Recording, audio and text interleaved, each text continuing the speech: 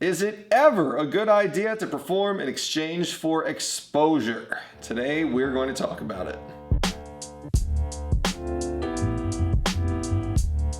I'm Rob Anderson, founder of Moneybeard. I'm a magician providing services to corporate and private events. Now I'm here on this channel teaching you how you can make six figures or more doing what you love. Let's get into today's topic. Should you perform for exposure, aka for free, for your next client? If you're like most performers or creatives, you've probably been asked at least once by a client who's approached you and offered you the opportunity to perform for them for exposure. Usually it's at an event or for a project they have coming up that's on a limited budget of some sort, but they can assure you that they're going to display your work and promote you to their vast array of guests and clients that will be seeing your work.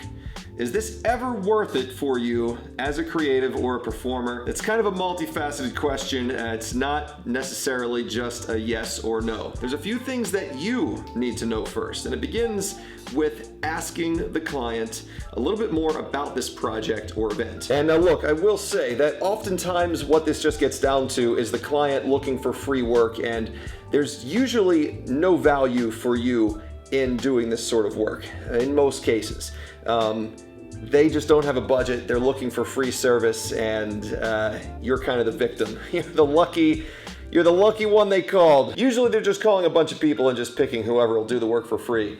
It can, in some cases, be worth it to you. Again, we have to ask some questions first. The first thing I would do if a client approaches you with this opportunity is to ask them a few things about the type of exposure they're talking about. And you want to get them to be specific with you. You want to ask them some questions, including exactly what type of clients and how many clients will be seeing me at this event or on this project.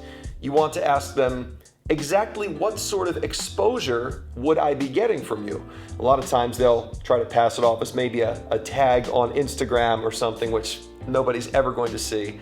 But you want to ask them, will you be promoting me in your promotional material for the event or this project?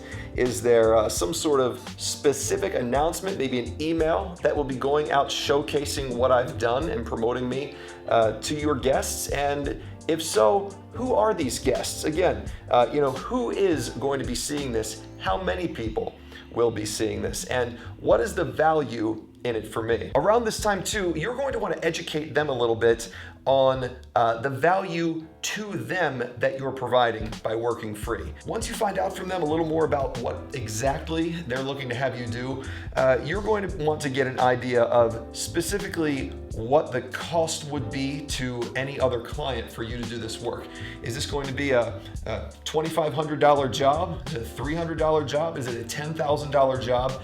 You're going to want to make sure you can articulate that and illustrate to the client exactly what they're getting. And then you're going to want to make sure they understand that this is not just free work by some schmo that's showing up to do some free work for them, but this is something of value to them that any other client normally would be paying for and that you deserve to be compensated for. Now, another question you're going to want to make sure that you ask them is, what happens if they don't deliver on this exposure that you've mutually agreed upon? Because you're going to want to get them to quantify for you how much exposure you're getting and what type of exposure you're getting and what that will mean to you. And you really want to nail them down on this, because you're going to be agreeing to provide a specific service to them. So it's only fair that they provide you with a specific amount of exposure if you're going to be providing specifically what they need. This needs to be a two-way transaction. So ultimately, you just want to make sure that there is value in this for you as well as the person requesting your work. And there are several ways that there could be value in this for you. One main way that there could be value in this for you is, are you just starting out? If you're just starting out and you need a fresh audience for your work, whether, again, you're an entertainer, a photographer, you're on a photo booth, if you're an artist or some other sort of creative and you need a fresh audience for either a new piece of equipment you've purchased that you're working with, or just a new type of service that you're offering, a new bit in your act, it's great if you can show up somewhere and go have a fresh audience to potentially mess up in front of if you're new. If you're brand new to what you're doing, and you can legitimately get in front of an audience that is of your target demographic, I would say, go for it in that case. So you want to make sure that there is some sort of value in it for you as well. Genuine media exposure is value. If this is like a nonprofit and they're throwing a charity event of some sort, first of all, if the charity is meaningful to you, if it's something that you can really get behind, I will donate my services. I let them know that, I really don't need the exposure, but one thing I will do is donate my services to certain charities that I can get behind. And as an added bonus, if you are working for exposure though at an event like that, and they can guarantee you a certain specific type of media coverage, that may be worth it to you, especially if you're an entertainer or some sort of creative, where getting out there in either local news or on a major blog like Huffington Post or any of the major news sites that are out there, that's definite value for you. That's something you can put on your website after that, and that increases your perceived value to future clients. So I would say that would definitely be something. Genuine, really good media coverage, and I'm not talking about the high school Gazette down the street. I mean, if they can actually provide you like an interview on the news that you can show on your website, those things look great to future clients. So that's value. Here's another way there can be definite value for you in performing if they're asking you to perform for exposure. If they let you know that they have a client on hand or a guest on hand coming to this event, or that will be seeing your work, that they know needs a service that you provide already, and they can promise to connect the two of you, that's definite added value for you. I would usually request to be connected to at least 2 potential clients though, like that, because you really never even know if either one of those is going to go through. So if they were asking for exposure and they have at least 2 clients that they currently know are currently right now looking for a service like yours, and they can connect you, that could definitely be value for you. That's a hot lead for you, someone that they can put you in touch with that needs what you do, that's going to be seeing an example of what you do at this event or project. And that's something you really are going to want to kind of grill them on a little bit. If all they say is something vague about how, there's going to be a lot of people coming that will see your work, you're really going to want to kind of grill them on who specifically it is, and if they know that any of these people currently need what you do. And don't be afraid to ask that, because they're not being afraid to ask you to work for free. So don't be afraid to say, okay, great, could you give me the contact information and put me in touch with a couple of the guests who are coming that might actually be looking for work like mine? I'd love to talk with them, and we could probably work something out where I could perform in exchange for contacts with those guests. And yes, that is a ballsy move, but sometimes in business you have to be a little bit ballsy. You don't want to be too pushy or aggressive with it. You want to maintain a good relationship and be as amicable as possible, but understand when someone's coming to you and basically asking you to work for free, that's already, they're putting it out there that they aren't necessarily valuing you all that much to begin with.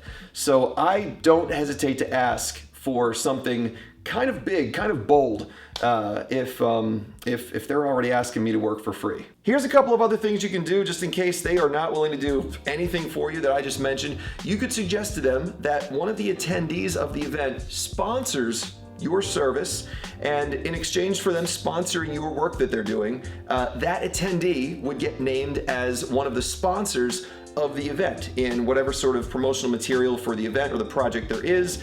You could just have entertainment provided by, or artwork provided by, photography provided by, whatever it may be, and that person gets named as a sponsor. Okay, and the second and final thing, as kind of a last-ditch effort that you can do if all else fails, you could suggest to them that while you can't perform this event for free, what you could do is bill them for the event, and since they're certain that you'll be getting a lot of exposure at this event, that once you book more work with at least one of their attendees that's coming, that's going to be seeing your work, once you book more work through them, at least once, you will refund part or all of the fee that this client has paid to you.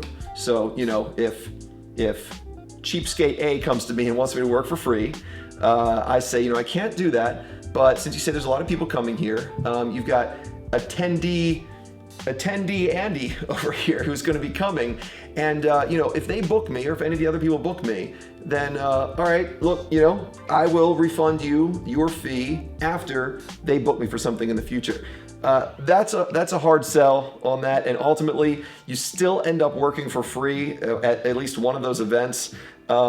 But it's a last-ditch effort if you want to go that route. I'm just trying to offer you as many solutions as possible so you're not just showing up working for free and getting nothing out of it. If you do just have to say no to it, you just have to make sure that you educate them as to why you're not able to. Some people just don't understand the value in it. Some people just don't understand that this is how you make your living. You are genuinely putting food on the table by what you do. I don't know why they don't get it. Some people, they just don't get it, or they don't care. So try to make sure you educate them and just let them know that this is how you provide your income, how you feed your family, how you pay your rent, and you know, you've put many hours into learning your trade. You've purchased equipment, you've put time into rehearsing, and all of that gets wrapped up in the price that you charge. You know, some people might not understand, why do you charge, you know, this dollar amount for doing whatever, you know, simple service that is all you're doing is show up and taking a few pictures, you're doing some magic tricks, you're going to tell some jokes, you're drawing a picture. If you educate them, let them know, well, that is what I'm doing at your event, but the cost, as with any business, the cost that went into producing that product that you're looking for gets wrapped into the price that I charge, and the hours and hours and hours and hours of practice and rehearsal to get good enough that you actually want me there. And thank you for recognizing my abilities and talent, that you actually do want me there. But all the practice time, all of the equipment, all the expenses that's gone into that does get wrapped up in that price to make sure it's worth my time to have purchased that equipment and to have practiced that much and to have gone to those classes so that I can provide a good service and product for you. So, you know, while it may seem like it's a high price, that is why I have to charge for what I do, and I really can't go and perform for free, because then, just like with your job or anyone else's job, it reduces my ability to go out and make money elsewhere that I'll need to pay my bills. So sometimes if they understand that, you really can explain to them, and some people will actually understand at that point that there is a reason why you have to charge for what you do. So try to educate them. Just to recap, if someone comes and asks you to work for exposure, work for free, ask the questions, make sure that you're getting quantifiable answers as to what you're getting, explain to them the value that you're providing, and offer a few alternatives instead of you just working for free by either trying to get media coverage, trying to get bookings through some of their guests or attendees that they know currently need your work. Try to get those warm leads or those hot leads from them. Try to get another attendee to sponsor you, or offer to refund their fee that they've paid once somebody else books you. Or, like I said, if it is a charity or a group that's important to you that you can really get behind, you know, go and do it. Go and do it, and do it as a donation, as a write-off. Make them understand that it's not necessarily exposure that you need there. It's just something you believe in, so you're going to offer them a charitable donated service worth X amount in value. And those are my suggestions. That's how I have handled getting hit up to perform for exposure.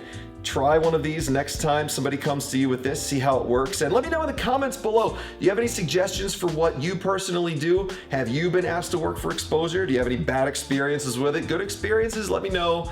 Drop a comment down there and let me know. And make sure you subscribe to this channel. It's all about helping you make more money doing what you love to do here on the Moneybeard channel. Until then, I'm Rob Anderson, and I will see you next time.